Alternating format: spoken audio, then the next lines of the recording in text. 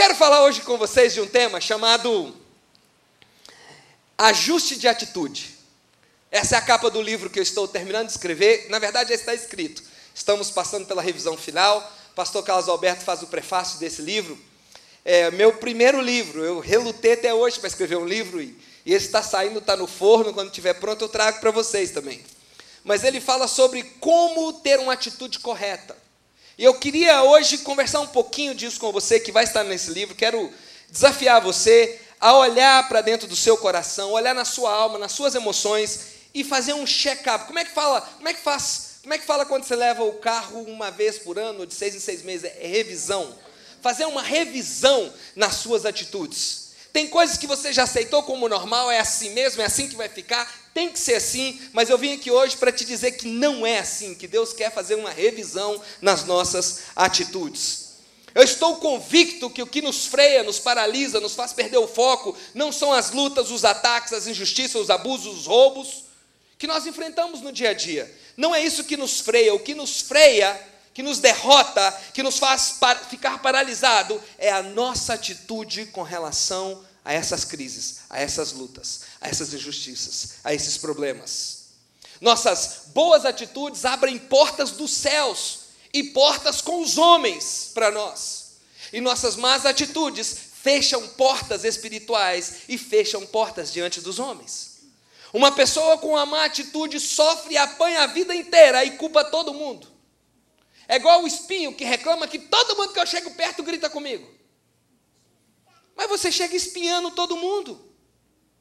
Vocês conhecem essa parábola que o espinho reclama? Todo mundo que eu encosto, ele grita comigo, ninguém me trata com carinho. Você está machucando as pessoas. Uma má atitude te traz de volta más atitudes. Fecha portas e espiritualmente também atrasa o mover de Deus em sua vida. Mas Deus é soberano, Ele age comigo com atitude, assim, atitude. Deus é soberano, não tem nada a ver com a soberania de Deus, mas a nossa má atitude atrasa os projetos de Deus na nossa vida, porque nós atrasamos esse andar, nós colocamos barreiras no nosso caminhar com Deus. Uma má atitude abre a porta para que influências demoníacas comecem a trabalhar na sua vida. A gente vai ver isso na Escritura. E uma boa atitude abre portas para que Deus faça algo positivo na sua vida. Muitas vezes minimizamos a atitude, como se fosse assim, alguém com má atitude, acordei mal hoje, olha, eu não sou assim, hoje eu estou assim. Não é verdade, você é assim. Hoje você não está conseguindo se controlar. Hoje a coleira arrebentou. Hoje você não está conseguindo manter o controle, porque uma série de coisas levaram você a perder o controle.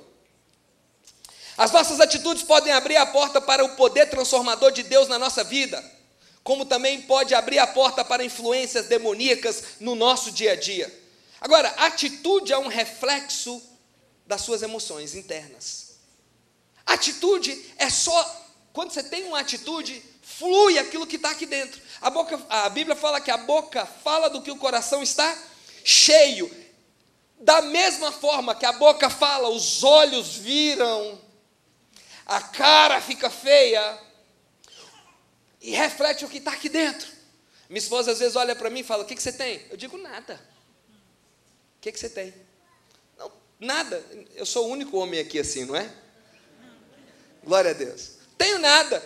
E por que isso aqui está franzido dessa forma? Se você não tem nada.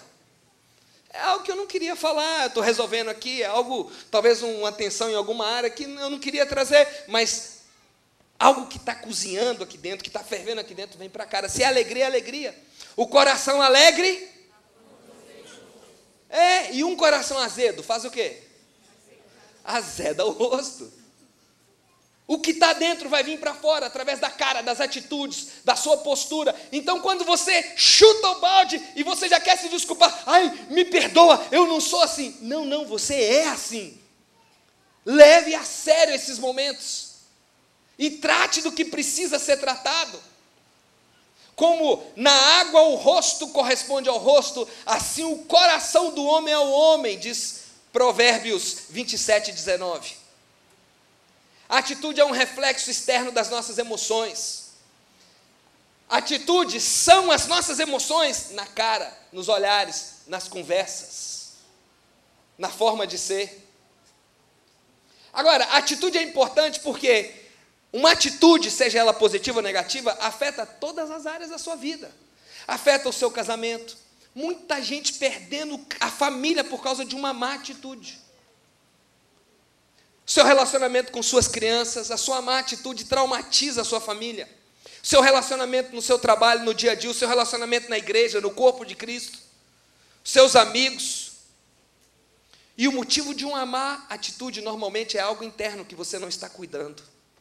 É algo aqui dentro que está correndo solto. Uma má atitude é um reflexo de algo que está aqui dentro correndo solto e que precisa ser tratado. Atitudes negativas contaminam.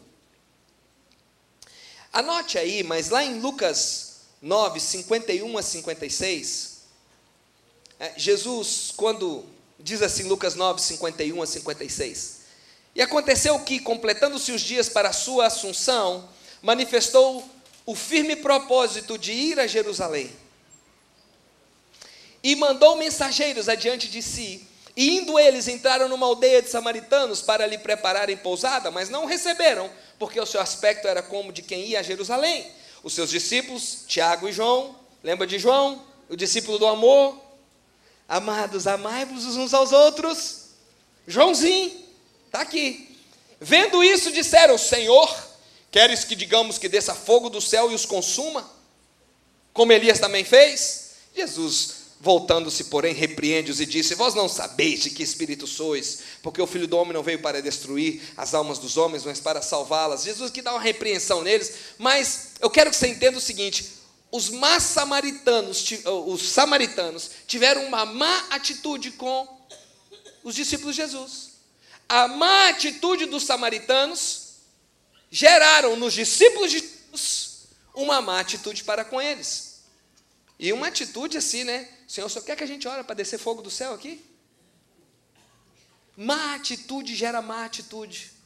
Tem marido e mulher, tem pais e filhos, tem ovelhas e pastores, discípulos e discipuladores, fazendo um ping-pong de má atitude que ambos vão ser destruídos. O que nós precisamos é de tratar das nossas atitudes, tratar do nosso coração, ter um coração correto. E por isso, e assim, santificar as nossas atitudes. Vamos entrar nisso de maneira mais prática. 3 verdades sobre atitudes. Anota aí, 3 verdades. Primeiro, é que eu posso escolher que atitude eu vou ter. Eu posso escolher as minhas atitudes. Ah, mas eu não consigo controlar, sabe? Não, você não quer controlar. Eu entendo que talvez você precise de ajuda, de aconselhamento, de terapia, talvez até algumas vezes de ajuda médica. Mas uma atitude pode ser controlada. Você não pode ser explosivo e achar que isso é normal. Eu nasci assim, meu pai era assim, minha mãe era assim, nasci assim, vou morrer assim, Gabriela. Não pode. As coisas mudam. Você precisa mudar. Ah, pastor Paulo que nasce torto, morre torto. Depende, se converter, Jesus é o carpinteiro perfeito, que põe a gente em ordem, que corrige o nosso interior. Não quer dizer que nós não vamos ter dificuldades naquela área, mas quer dizer que nós vamos aprender a controlar as nossas emoções internas, e assim ter atitudes corretas. Primeiro, então, a atitude pode ser controlada. Diga comigo, uma atitude pode ser controlada. Você está do lado do seu marido, da sua esposa, do seu amigo, diga para ele, a atitude pode ser controlada, viu? Mas não precisa de falar muito bravo com seu marido assim, não. Fala com carinho. A atitude pode ser controlada. Deixa eu te dizer uma coisa. Porque Deus se importa com as nossas atitudes, Deus trata conosco, Deus nos corrige. Eu sei que na época da graça, muita gente não gosta dessa doutrina do Deus que corrige, do Deus que trata. Mas deixa eu te falar, em nada anula a graça, o tratamento e a correção amorosa de Deus em nossa vida. Onde que a graça anula a correção? Pelo contrário, eu amo os meus filhos, eu preciso corrigi-los de tempo em tempo. Eu preciso dizer, por aqui não, filhão, por aqui não. Em Hebreus, capítulo 12, versículo 5, nos diz assim, e nós estamos entrando no segundo ponto, que é: a atitude tem consequências. A atitude pode ser controlada, número 1. Número 2, uma atitude tem consequências, e nós precisamos saber dessas consequências. Hebreus 12, 5-8 diz: vocês se esqueceram da palavra de ânimo que ele lhes dirige como a filhos. Meu filho, não despreze a disciplina do Senhor, nem se magoe com a sua repreensão, pois o Senhor disciplina quem ama e castiga. Esse castiga é instrução. Não é tanto que o castigo na nossa cabeça é taca-lhe o pau, né? Taca-lhe o pau, taca-lhe o pau. Não, não é isso. A instrução não é essa. O castigo aqui de Deus é para acertar. É o que nós fazemos com os nossos filhos. Não é para arrebentar no meio. E diz: e castiga todo aquele a quem aceita como filho. Suportem as dificuldades, recebendo-as como disciplina. Deus os trata como filho, pois qual filho que não é disciplinado por seu pai? Se vocês não são disciplinados, a disciplina é para os filhos, então vocês não são filhos legítimos, mas ilegítimos. Nós amamos os nossos filhos e por isso disciplinamos, sim ou não?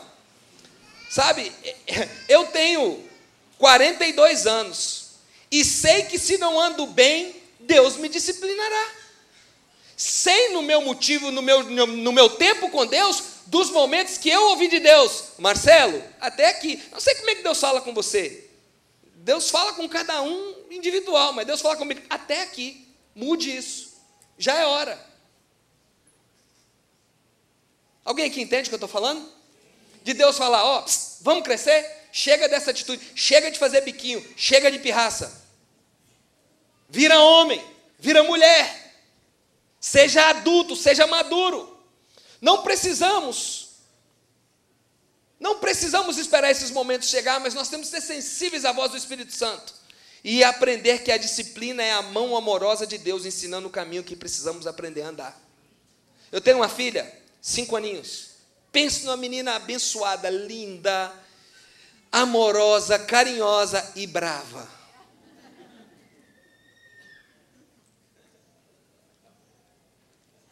A mãe é tão mansa, tão doce. Isso não foi DNA. É temperamento. E aí, um dia, eu estou vendo a mãe falar pela 25ª vez: Ana Sofia, tire a roupa para entrar no banheiro. Desculpa, Ana Sofia. Tire a roupa para entrar no banheiro.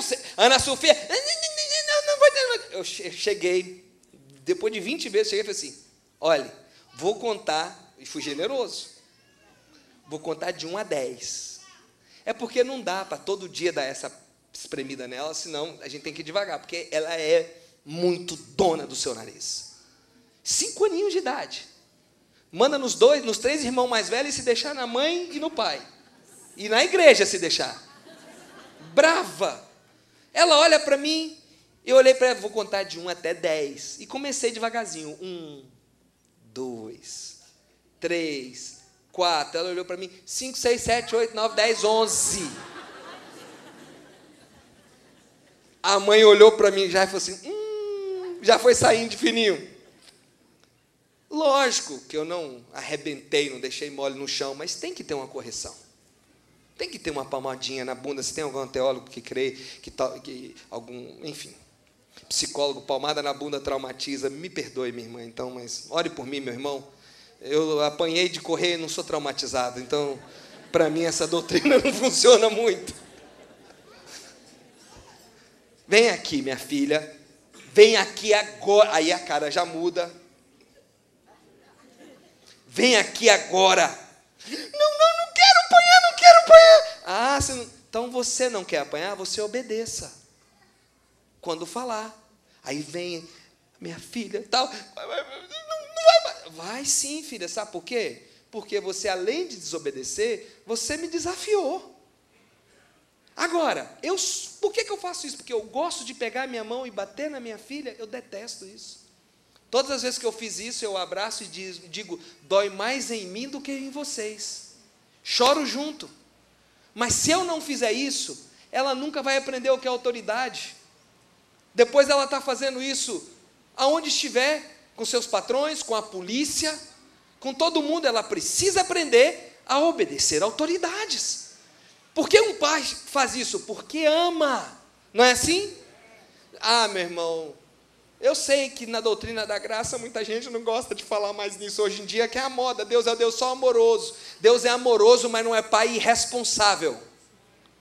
E quando precisa, Ele trata assim conosco. E Ele tem a maneira de tratar conosco, que não é câncer, não é enfermidade, não é doença, não é desgraça na sua vida, mas Ele sabe como apertar o seu coração. Ele sabe como te trazer de volta para Ele. Eu gosto do Velho Testamento, que ele diz: eu vou pôr um anzol no seu nariz e um freio na sua boca, mas eu vou te trazer de volta para mim. E Deus muitas vezes pega o nosso coraçãozinho e nos traz de volta para Ele. Muitas vezes Deus diz: filho, chega dessa atitude. E alguns que estão sentados aqui hoje, Deus está falando com você: basta. Você vai perder sua família, você vai perder os seus amigos, você vai perder as portas que estão se abrindo para você, porque você não está controlando as suas atitudes. Toda atitude que você vai segurando, muitas vezes você não faz, mas você vira o olho, você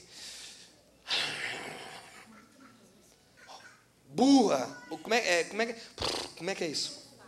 Bufa. Isso um dia vai vir para fora, vai se tornar uma ação e vai te trazer muito prejuízo. E Deus não gosta de pessoas que fazem biquinho. Por quê? A nossa atitude, querido, tem que ser de obediência, de entendimento a Deus. Em Gênesis capítulo 4, versículos 5 a 7, Gênesis 4, versículos 5 a 7, nós vemos aqui a atitude de Caim. Deus chegou para Caim e disse: Caim, vem cá, leia aí. Por que a sua cara está torcida?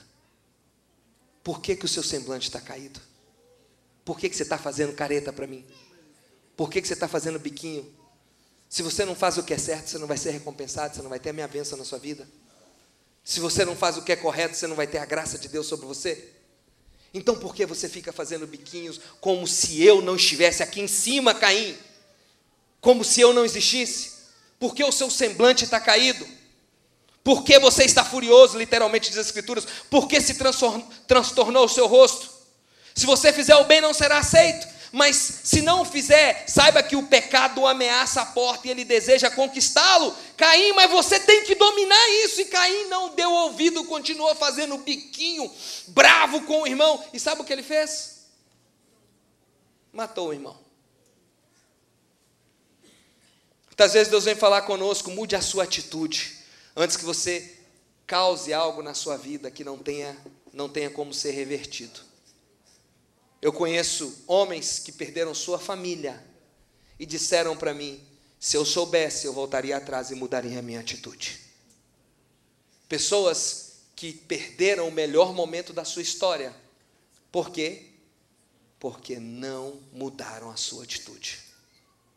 Todos passamos por lutas, por dificuldades, por momentos difíceis, mas a nossa atitude indicará se nós estamos subindo ou descendo na vida. A sua atitude é um indicador de onde você vai estar daqui a 5 anos, meu irmão. Sua atitude mostra para onde você está indo.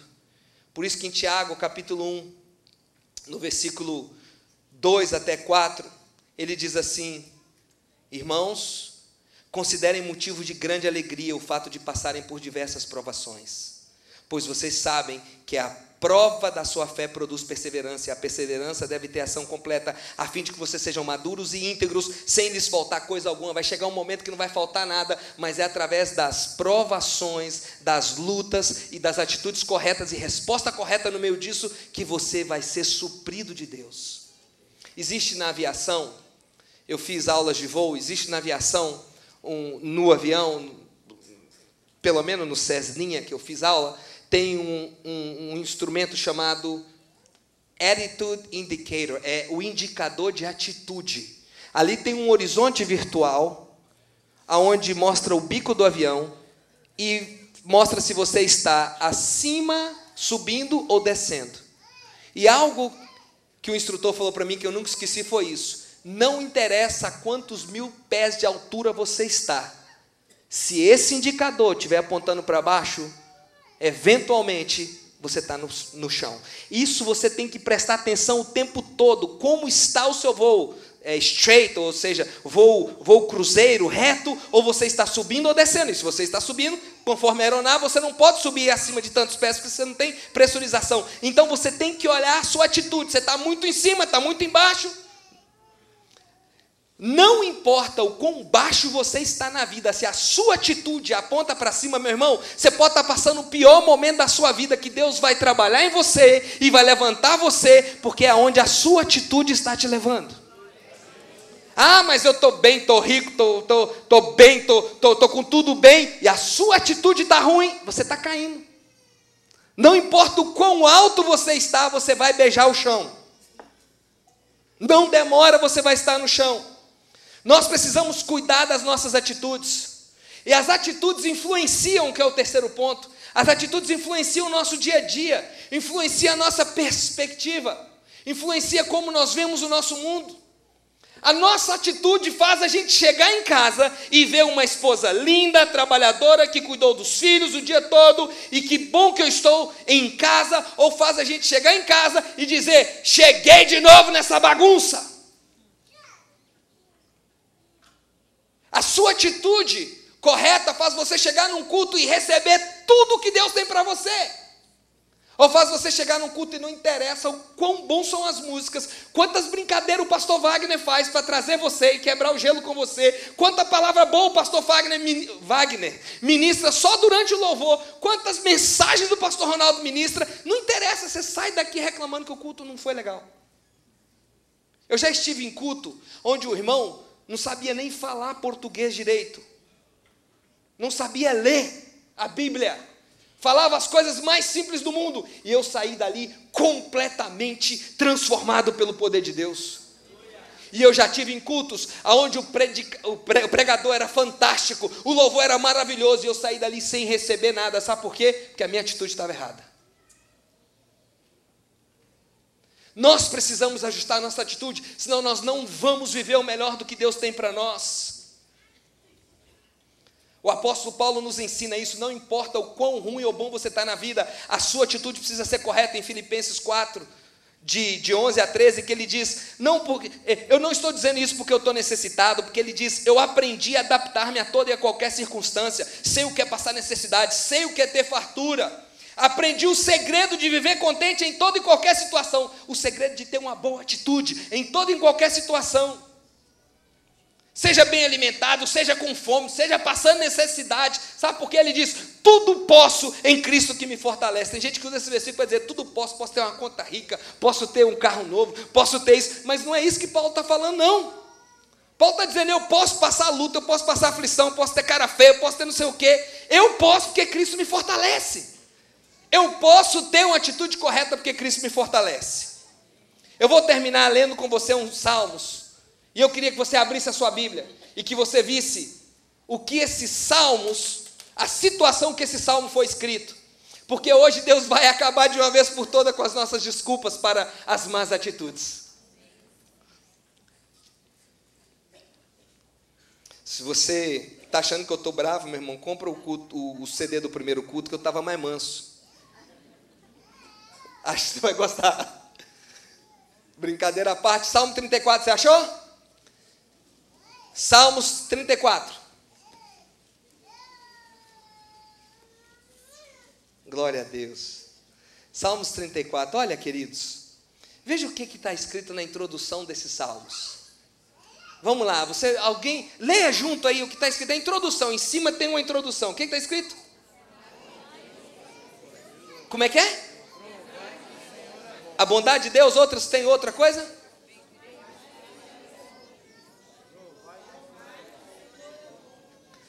Provai que o Senhor é bom. A minha Bíblia diz assim, Salmo de Davi quando se fingiu de louco diante de Abimeleque. Alguma Bíblia diz isso aí? Explicando? Salmo de Davi quando se fingiu de louco. Ok, vamos lembrar que momento é esse. Você está lembrado, pastor Ronaldo, que momento é que Davi se fingiu de louco diante de Abimeleque? O rei Saul correndo atrás dele, para matar ele, não foi isso? Aí ele vai diante da cidade do seu inimigo. Diante da cidade do seu inimigo, quando ele está lá tentando se esconder, vem o povo e reconhece. Esse não é Davi? Esse é Davi, ó, nosso inimigo. Aí o que Davi faz? Se finge louco. A Bíblia diz que ele começa a babar.